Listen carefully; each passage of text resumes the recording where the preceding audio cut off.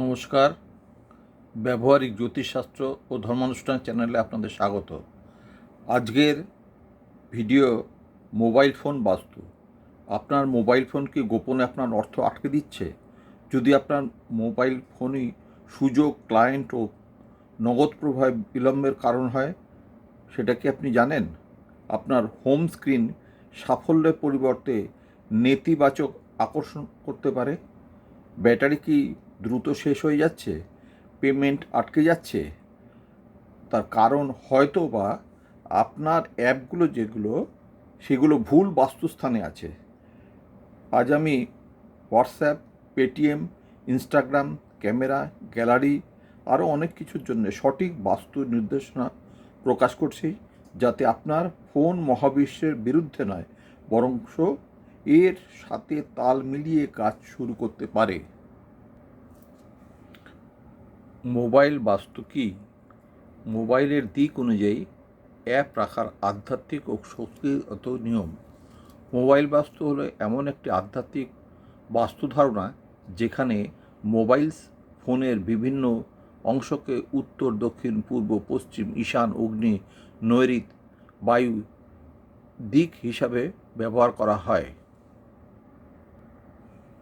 সেই অনুযায়ী অ্যাপ, ছবি, ফাইল, ওয়ালপেপার ও আইকন সাজানো হয়। অনেক আধ্যাত্মিক বাস্তু বিশেষজ্ঞ মনে করেন মোবাইল এখন মানুষের ডিজিটাল মস্তিষ্ক, তাই মোবাইলের শক্তি, ভাইব্রেশন ও ব্যবহারের ধরন মানুষের মন, অর্থ, সম্পর্ক, কাজ ও সুযোগের উপর প্রভাব ফেলতে পারে। মোবাইল দিক নির্ধারণ কিভাবে করবেন? মোবাইল সোজা হাতে ধরে স্ক্রিনের দিকে তাকান। উত্তর দিক হচ্ছে উপরের দিকটা উত্তর, নিচের দিক দক্ষিণ, ডান দিক পূর্ব, বাঁ দিক পশ্চিম, মাঝখানে ব্রহ্মস্থান বা কেন্দ্র শক্তি। দিক অনুযায়ী শিক্ষার app, ebook, course app, news app, meditation app, স্বাস্থ্য যোগব্যায়ামের অ্যাপ পূব দিকে, ডান দিকে।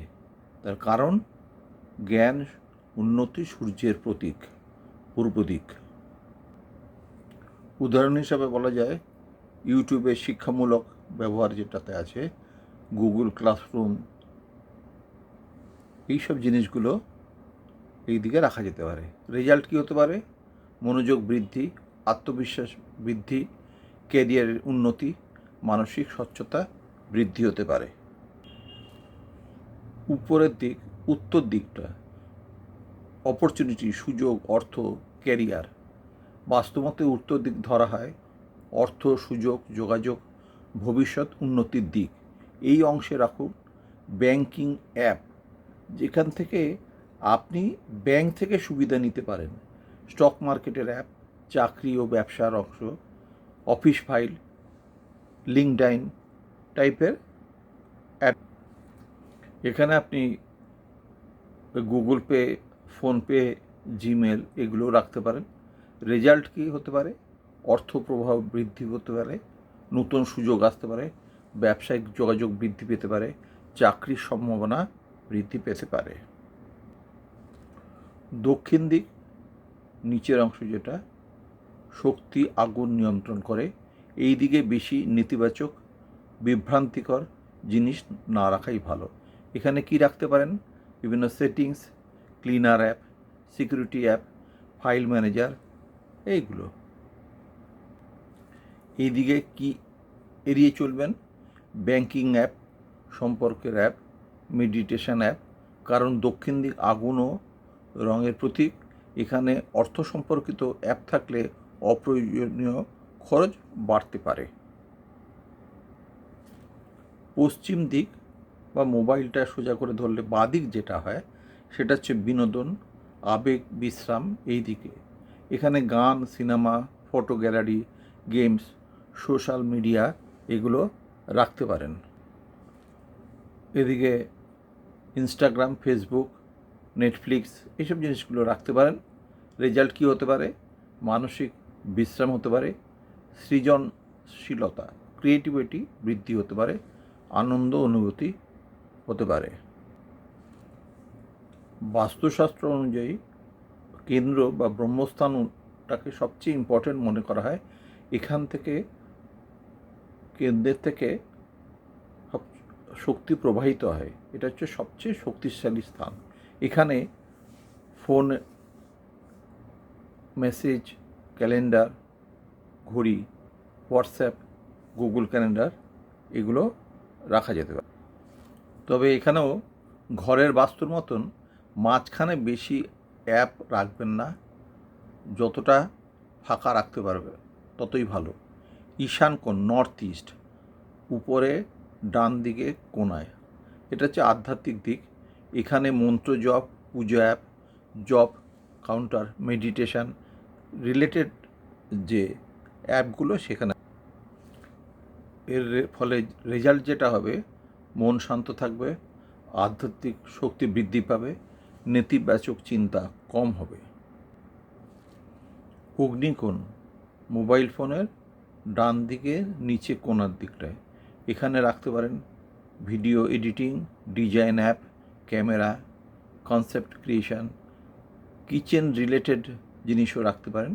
এটা বাস্তুতে এইখানটায় কিচেন রাখা হয়। ক্যানভা, ক্যাপকাট এইসবও রাখতে পারেন এখানে।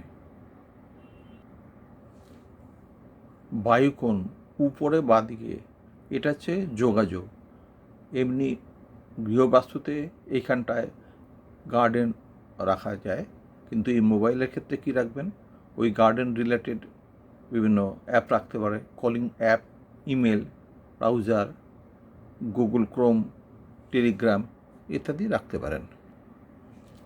মোবাইল বাস্তুতে যে ভুলগুলো করবেন না, জেনারেলি যে কোনো মোবাইল ব্যবহারকারীদের এগুলো মেনে চলা উচিত, যে ফাটা স্ক্রিন দীর্ঘদিন রাখবেন না, খুব ডার্ক বা ভয়ের ওয়ালপেপার রাখবেন না, মৃত মানুষের ছবি হোম স্ক্রিনে রাখবেন না, অপ্রয়োজনীয় অ্যাপ ভরে রাখবেন না, রাতভর মাথার কাছে মোবাইল রাখবেন না, সেটাতে শারীরিক ক্ষতি হতে পারে। তাছাড়া ভগবানের ছবি এখানে রাখবেন না। ওয়ালপেপার কীরকম রাখতে পারেন, শুভ মোবাইল ওয়ালপেপার, অর্থের জন্যে সবুজ সোনালি জলপ্রবাহ, শান্তির জন্যে নীল আকাশ, মন্দির, সম্পর্কের জন্যে হালকা গোলাপি ফুল এগুলো রাখতে পারেন। ক্যারিয়ারের জন্যে সূর্যোদয়, পাহাড়, উড়ন্ত পাখি এগুলো রাখতে পারেন।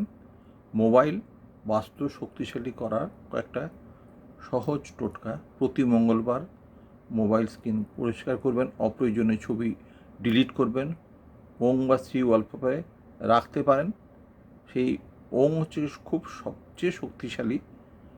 সপ্তাহে একদিন যেন সাইলেন্ট রেখে মেডিটেশন করুন। ফোন চার্জে বসিয়ে নেতিবাচক কথা বলবেন না। যারা এখনও এই চ্যানেলটি সাবস্ক্রাইব করেননি, অনুগ্রহ করে এই চ্যানেলটি সাবস্ক্রাইব করুন।